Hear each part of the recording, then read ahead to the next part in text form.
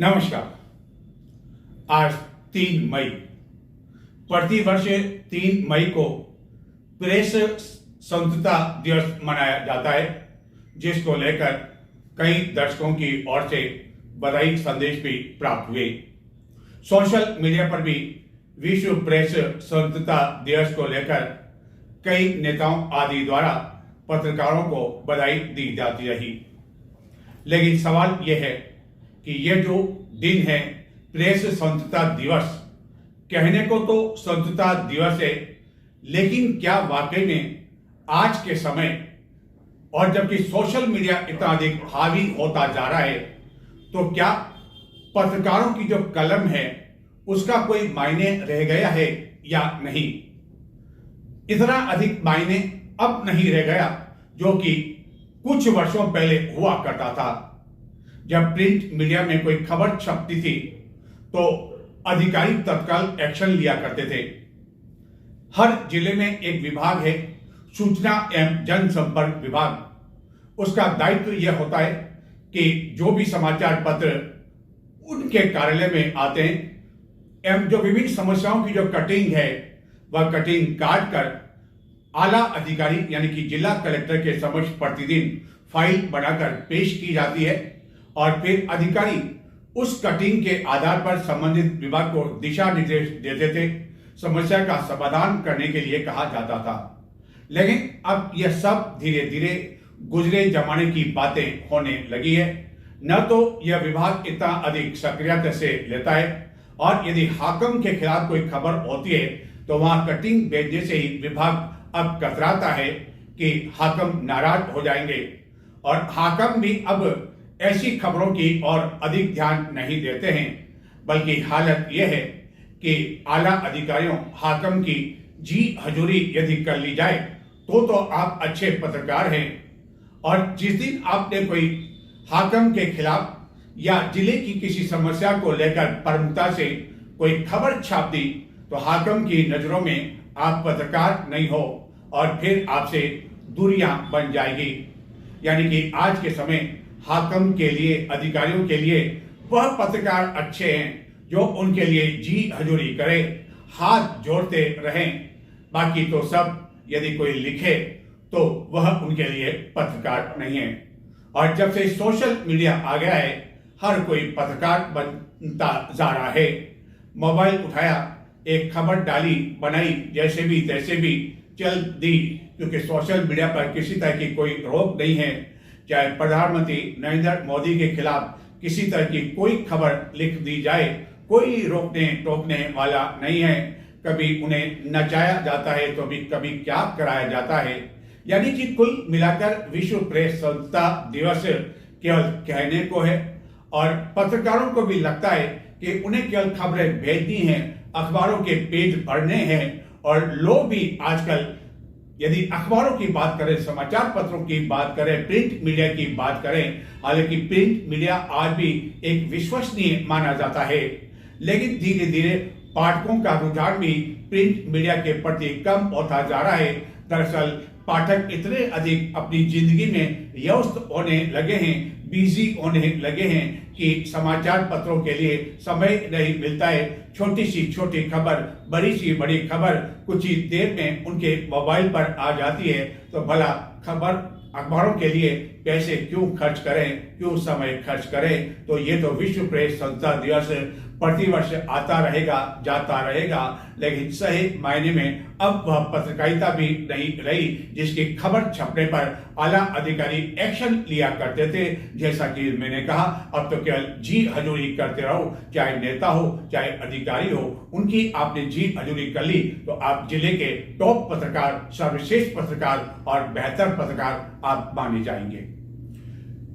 जिले के बेगू गंगरा के विधायक डॉक्टर सुरेश धाकड़ का जन्मदिन 3 मई रविवार को विभिन्न आयोजन के साथ पदाधिकारियों एवं कार्यकर्ताओं द्वारा मनाया गया। हालांकि बेगू के विधायक सुरेश धाकड़ रविवार 3 मई को चित्तौड़गढ़ जिले से बाहर होने की वजह से इन किसी भी कार्यक्रम में शामिल नहीं हो सके।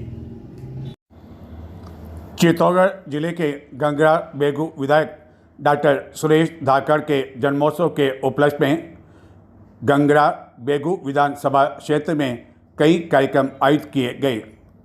गंगरार में 3 दिवसीय सेवा कार्यक्रम का शुभारंभ अंबेडकर सर्कल पर हुआ। इस दौरान निःशुल्क परिंदे एवं गौ वंश के लिए पानी की टंकियों का वितरण किया गया। चिकित्सालय में मरीजों को फल वितरण कर गौशाला में गायों को हरा चारा और लापसी खिलाकर गौ सेवा की गई। जन्म दिवस के अवसर पर गंगरार में साईं मेजर नटवर सिंह शक्तावत स्टेडियम में kabaddi, cricket, football, basketball, volleyball सहित अन्य खेल कूद प्रतियोगिताओं का भी शुभारंभ किया गया। खेल कूद प्रतियोगिता के मुख्य अतिथि पूर्व जिला प्रमुख भैरू सिंह चौहान ने खेल कूद प्रतियोगिता के शुभारंभ की घोषणा की। साथ ही खिलाड़ियों से परिचय प्राप्त कर प्रतियोगिताओं का विधिवत आगाज करते हुए विधायक सुरेश धाकड़ के जीवन और राजनीति पर विस्तार से प्रकाश डाला। भाजपा के पदाधिकारियों एवं कार्यकर्ताओं ने केक काटकर विधायक का जन्मदिन मनाया। इस अवसर पर पूर्व सरपंच अशोक जैन, बाबूलाल बालोटिया, मोहन रेगर, नरेंद्र सिंह भाटी आदि मौजूद थे। 3 दिवसीय आयोजन के तहत सोमवार एवं मंगलवार को भी कई कार्यक्रम बेगू एवं गंगरार विधानसभा क्षेत्र में आयोजित किए जाएंगे। सोमवार को परिंदे बांधने के साथ ही निःशुल्क राशन किट का वितरण भी किया जाएगा। हालांकि बेगू गंगरार के विधायक रविवार को चित्तौड़गढ़ जिले से बाहर होने के कारण इन किसी भी कार्यक्रम में शामिल नहीं हो सके। उनके सोमवार को अपने विधानसभा क्षेत्र में लौटने का कार्यक्रम है और मंगलवार को वह बेगू क्षेत्र के गंगरार में आयोजित अपने जन्मदिन के उपलक्ष्य में आयोजित कार्यक्रम के समापन अवसर पर भाग लेंगे समारोह को संबोधित करेंगे। बेगू गंगरार विधानसभा क्षेत्र में जन्म दिवस के अवसर पर आयोजित कई तरह के कार्यक्रम को लेकर कार्यकर्ताओं पदाधिकारियों में काफ़ी अधिक उत्साह एवं जोश देखने को मिला एवं बड़ी संख्या में जन्म दिवस के उपलक्ष्य में कार्यकर्ताओं द्वारा केक भी काटे गए और खास तौर पर गौ सेवा भी की गई। 1000 साल के दिन भी 1000 और आप इसी तरह से विकास करते रहें और प्रेम से जितना आप प्रेम से रखते हैं, सबसे बड़ा सरल स्वभाव के एमएलए हैं और आप कुछ भी कहो तो भी सुनने की बाधा भी रखते हैं।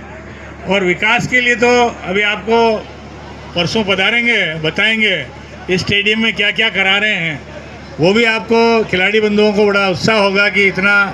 और गंगरार के लिए तो वरदान ही साबित हुए कि गंगरार की गलियों में कभी हमने सड़क नहीं देखी, कीचड़ ही देखा था, लेकिन आज गंगरार के व्यक्तियों को तो गौरव होना चाहिए कि पहली बार गंगरार की सड़कों का जो निर्माण हुआ है और बड़ी बड़ी सड़कों, चौड़ी चौड़ी सड़कें आ रही है, इससे गंगरार का एक 100 बड़ा है।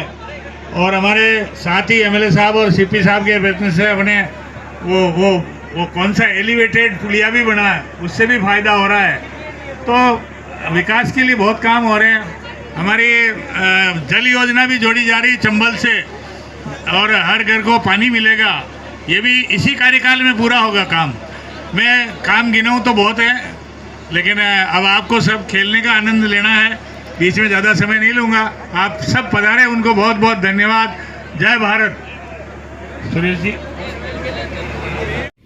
राजस्थान के पूर्व मुख्यमंत्री अशोक गहलोत, जो कि आगामी विधानसभा चुनाव जो कि 2028 में होने हैं, उससे पहले गत कुछ समय से सोशल मीडिया पर काफी अधिक एक्टिव, सक्रिय दिखाई दे रहे हैं, जिनका 3 मई को जन्मदिन।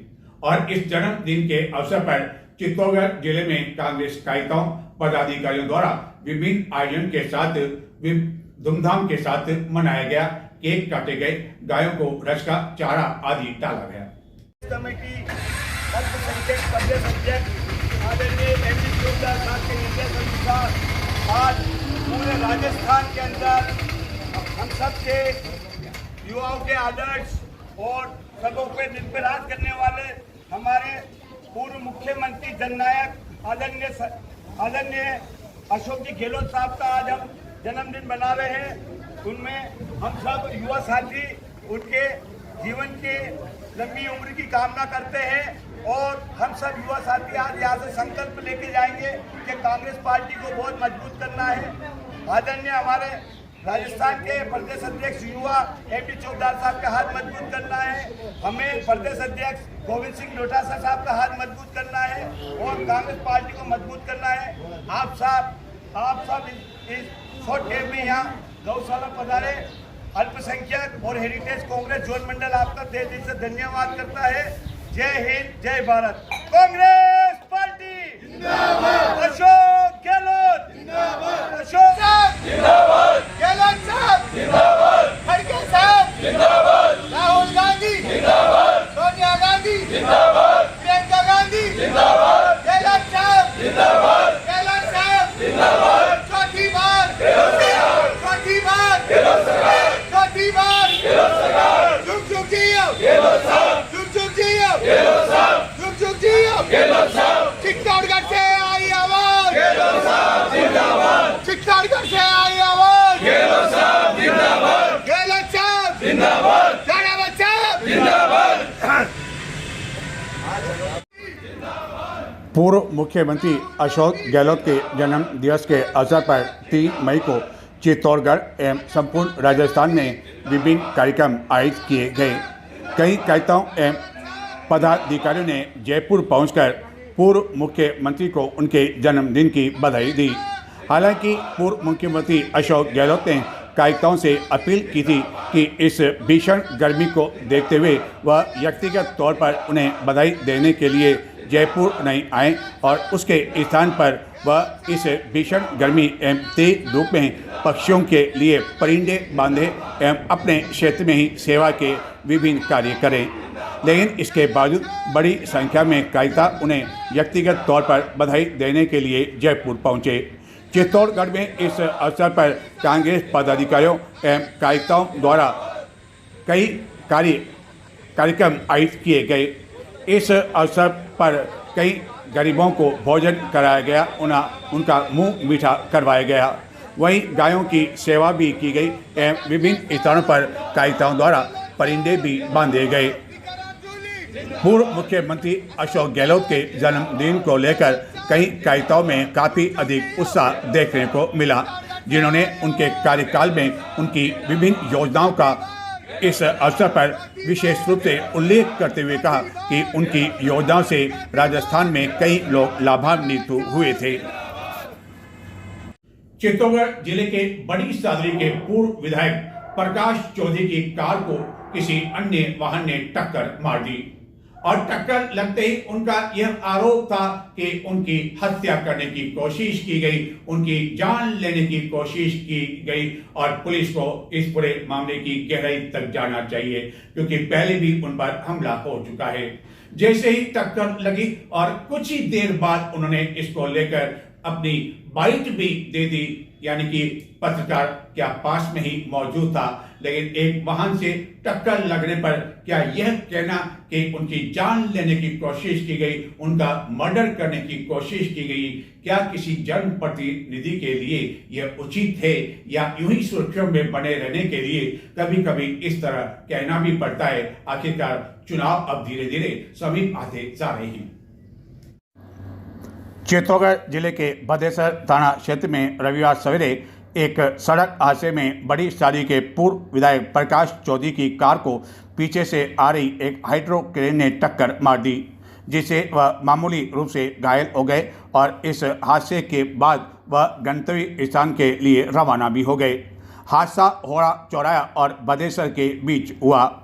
पूर्व विधायक अपनी कार से भिलवाड़ा जिले के आसीन में कांग्रेस नेता सचिन पायलट के एक कार्यक्रम में भाग लेने के लिए जा रहे थे, लेकिन इस हादसे के बाद उन्होंने चौंकाने वाला बयान दिया और उनका आरोप है कि उनकी हत्या करने की कोशिश की गई, मर्डर करने की कोशिश की गई। यह उन पर जानलेवा हमला था और पुलिस को इस पूरे मामले की नकल जांच की जानी चाहिए, बल्कि तह तक भी पहुंचना चाहिए। और बस फिर क्या था, पूर्व विधायक के इस आरोप के बाद भदेसर पुलिस ने क्रेन को जब्त कर लिया और चालक से यह पता लगाया जा रहा है कि वह कहां का निवासी है और किन किन लोगों के संपर्क में हैं। हालांकि इस तरह के हादसे स्वाभाविक रूप से हो जाते हैं, चाहे क्रेन हो या चाहे पूर्व विधायक की कार हो। कई बार तो मंत्रियों की कारें भी टकरा जाती है। हादसे हैं, वाहन जब चलते हैं तो हो जाते हैं। लेकिन एक पूर्व विधायक द्वारा इस तरह का आरोप निश्चित रूप से कई तरह के सवालिया निशान लगाता है कि क्या पूर्व विधायक की जान लेने के लिए यह हमला हुआ या यह स्वाभाविक घटना थी। जनगणना का कार्य 1 मई से आरंभ हो चुका है। आगामी 15 मई तक आप स्वयं एक जो निर्धारित लिंक है उस पर जा सकते हैं और अब जो भी जानकारी है वह साझा कर सकते हैं और आप स्वयं यह प्रपत्र जो है भर सकते हैं। 15 मई तक भर सकते हैं। उसके बाद जनगणना के अधिकारी एवं कर्मचारी आपके घर आएंगे। विभिन्न तरह की जानकारी आपको देनी होगी। चित्तौड़गढ़ के विधायक चंद्रभान आज्ञा द्वारा भी रविवार को जनगणना से संबंधित प्रपत्र स्वयं उनके द्वारा भरा गया। चंद्रभान सिंह आज्ञा विधायक चित्तौड़गढ़ में पूरे राजस्थान वासियों से सब लोगों से अपील करता हूं, पूरे चित्तौड़गढ़ जिले वासियों से भी अपील करता हूं कि राजस्थान की पूरे देश की जनगणना चल रही है 1 मई से लगाकर 15 मई तक। उसमें मेरे सभी भाइयों से, बहनों से, युवा साथियों से, सब लोगों से मेरा निवेदन है इसमें आप सब लोग सहयोग करें और देश के भविष्य के लिए, राजस्थान के भविष्य के लिए, अपने सबके भविष्य के लिए जो जनगणना हो रही है हर जगह महत्वपूर्ण जगह जनगणना बहुत ज्यादा काम देगी। इसलिए आप सब लोग सहयोग करें, इसको सफल करें इस कार्यक्रम को और आप सब लोगों के सहयोग के कारण ये कार्यक्रम सफल हो पाएगा। इसलिए मेरी आप लोगों से कर्मठ विनती है कि सब लोग सहयोग करते हुए जनगणना को। चित्तौड़गढ़ जिले के सोनियाना रिको क्षेत्र में स्थित एक गिलास फैक्ट्री और यह एक गिलास फैक्ट्री एक प्रभावशाली व्यक्ति की बताई जाती है। शायद यही कारण है कि इसकी एक काफी ऊंचाई पर लगी चिमनी का ऊपरी भाग का हिस्सा गिर गया। किसी तरह की कोई जन हानि नहीं हुई, लेकिन जिला कलेक्टर और पुलिस अधीक्षक भी मौके पर पहुंचे। रविवार को अवकाश का दिन होने की वजह से अधिकांश श्रमिकों की छुट्टी थी एवं आसपास भी कोई नहीं था। लेकिन इतनी ऊंचाई से इस तरह की चिमनी गिर जाना निश्चित रूप से कई सवालिया निशान लगाता है। चित्तौड़गढ़ जिले के गंगरा क्षेत्र के सोनियाना रिको एरिया स्थित Asahi India glass limited factory में रविवार सवेरे अचानक एक हादसा हो गया। फैक्ट्री में काफ़ी ऊंचाई पर लगी चिमनी का ऊपरी हिस्सा टूटकर नीचे गिर गया और तेज धमाके जैसी आवाज़ सुनाई दी। यह शुक्र रहा कि रविवार को अवकाश का दिन होने की वजह से श्रमिक मौके पर नहीं थे और घटना के समय आसपास कोई भी नहीं होने से किसी प्रकार की कोई जन हानि नहीं हुई और न ही कोई कर्मचारी भी मौके पर मौजूद था। लेकिन जिस तरह काफ़ी ऊंचाई पर चिमनी का हिस्सा नीचे गिरा वह अवश्य जांच का विषय है कि आखिरकार यह चिमनी जो कि काफ़ी ऊंचाई पर और पूरी सुरक्षा के साथ लगाई गई थी तो वह आखिरकार किन कारणों के चलते नीचे गिर गई। और यदि रविवार का दिन नहीं होता और यहाँ कोई कर्मचारी या श्रमिक होते और कोई बड़ा हादसा हो जाता तो क्या इसके लिए फैक्ट्री के प्रबंधक और अन्य जो मालिक है क्या वह जिम्मेदार अपनी लेते या नहीं। एवं इस घटना के बाद फैक्ट्री में एंट्री पर रोक भी लगा दी गई और पूरे इलाके को सुरक्षित कर लिया गया। घटना की जानकारी मिलने पर जिला कलेक्टर के साथ ही पुलिस अधीक्षक एवं अन्य अधिकारी मौके पर पहुंचे और पूरे मामले की जांच की जा रही है कि आखिरकार किन कारणों के चलते काफ़ी ऊंचाई से यह चिमनी नीचे गिरी। यह फैक्ट्री एक बड़े व्यक्ति की बताई जाती है और यही कारण है कि जैसे ही यह हादसा हुआ एक के बाद एक कई वाहन मौके पर पहुंचने लगे और पूरी घटना की जानकारी ली जाने लगी। एवं इस फैक्ट्री के बारे में कई बार चर्चाएं अलग अलग कारणों से होती रहती है। डॉक्टर बनने के लिए राजस्थान एवं देश भर में रविवार 3 मई को नीट यूजी परीक्षा का आयोजन हुआ, जिसमें 22 लाख से अधिक अभ्यर्थी शामिल हुए। लेकिन इनमें से केवल 1.5 लाख ही का चयन जो है एमबीबीएस की जो परीक्षा होती है, पढ़ाई होती है, उसके लिए किया जा सकेगा। चित्तौड़गढ़ में 5 केंद्रों पर यह परीक्षा आयोजित की गई और इस परीक्षा से पहले अभ्यर्थियों को कड़ी चेकिंग की प्रक्रिया से गुजरना पड़ा। पूरे देश के साथ ही चित्तौड़गढ़ में 3 मई रविवार को नीट यूजी 2026 परीक्षा 5 केंद्रों पर शांतिपूर्ण तरीके से संपन्न हुई। इस दौरान परीक्षा से पहले अभ्यर्थियों की कड़ी चेकिंग की गई। यहाँ तक कि उनके हाथों एवं गले में पहने हुए धागे पहनकर भी परीक्षा केंद्र के अंदर जाने की अनुमति नहीं दी गई। चित्तौड़गढ़ जिला मुख्यालय पर 5 केंद्रों पर आयोजित इस परीक्षा के लिए 1400 गुमशुदा अभ्यर्थियों ने पंजीकरण करवाया था, लेकिन 1422 अभ्यर्थी ही यह परीक्षा देने पहुंचे। परीक्षा दोपहर 2 से 5 बजे आयोजित की गई, लेकिन प्रातः 11 बजे से ही सभी केंद्रों पर अभ्यर्थियों के आने का सिलसिला आरंभ हो गया था। अभ्यर्थियों को दोपहर 1:30 बजे तक परीक्षा केंद्र के अंदर जाने की अनुमति थी, लेकिन इसके बावजूद 11 बजे से ही परीक्षा केंद्रों के बाहर अभ्यर्थियों की कतार लगना शुरू हो गई और वह एक एक कर परीक्षा केंद्रों के अंदर जाने लगे। चित्तौड़गढ़ स्थित परीक्षा केंद्रों पर दूर दराज क्षेत्रों से आए अभिभावक मौजूद थे, जिनके लिए केंद्रों के बाहर ठंडे पानी की व्यवस्था भी की गई, जबकि कुछ केंद्रों के बाहर छाया की दृष्टि से शामियाना भी लगाया गया। सायं 5 बजे परीक्षा संपन्न होने तक कुछ परीक्षा केंद्रों के बाहर अभिभावक डटे रहे। परीक्षा संपन्न होते ही वह अपने अपने बच्चों से परीक्षा के बारे में जानकारी लेने में लगे रहे। इस परीक्षा के दौरान अभ्यर्थियों को पेन ले जाने की अनुमति भी नहीं थी और उन्हें परीक्षा केंद्रों के अंदर ही पेन उपलब्ध करवाया गया। यहाँ तक कि पारदर्शी पानी की बोतल तक ले जाने की अनुमति नहीं दी गई। कुछ केंद्रों पर अभ्यर्थी अपनी जेब में रुमाल लेकर भी आ गए, लेकिन वह भी ले जाने की अनुमति नहीं दी गई और अनुमति दी गई तो उस रुमाल की भी मेटल डिटेक्टर से पूरी तरह से जांच की गई। सभी परीक्षा केंद्रों पर बायोमेट्रिक से जांच के बाद ही प्रवेश की अनुमति दी गई।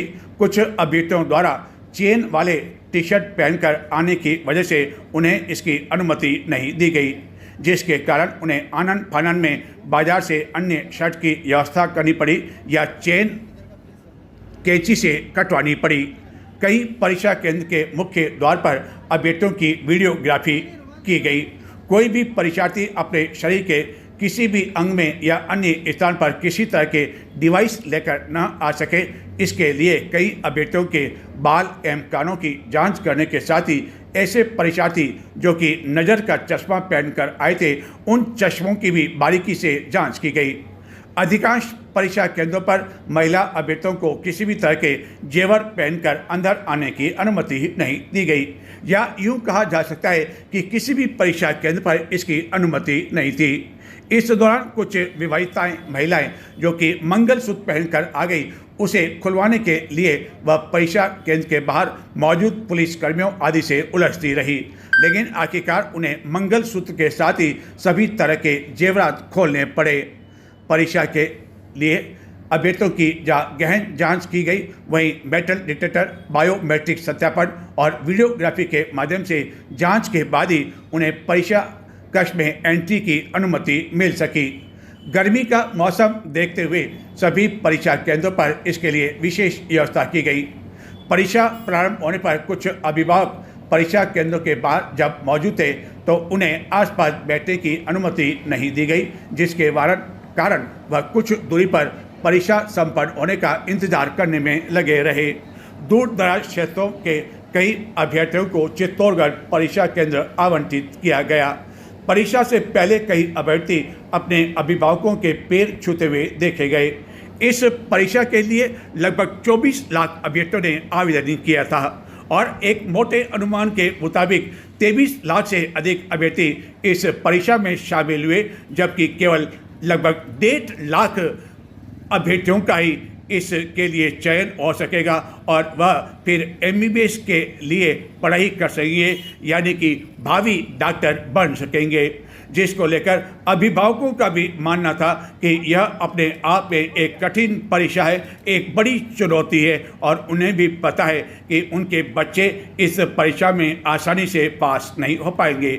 यह वही परीक्षा है जिसके लिए कई अभ्यर्थी 5-5 बार भी इस परीक्षा में शामिल होते हैं, लेकिन वह इसमें सफल नहीं हो पाते, जिसका कारण प्रति वर्ष इस नीट की परीक्षा में लाखों अभ्यर्थियों के शामिल होना है। तो ये थे आज के समाचार। चित्तौड़ दर्शन चैनल को अब तक आपने सब्सक्राइब नहीं किया हो तो आज ही अभी YouTube पर जाएं, सर्च करें चित्तौड़ दर्शन और सब्सक्राइब करें।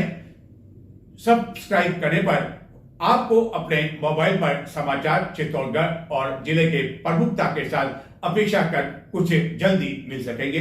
नमस्कार।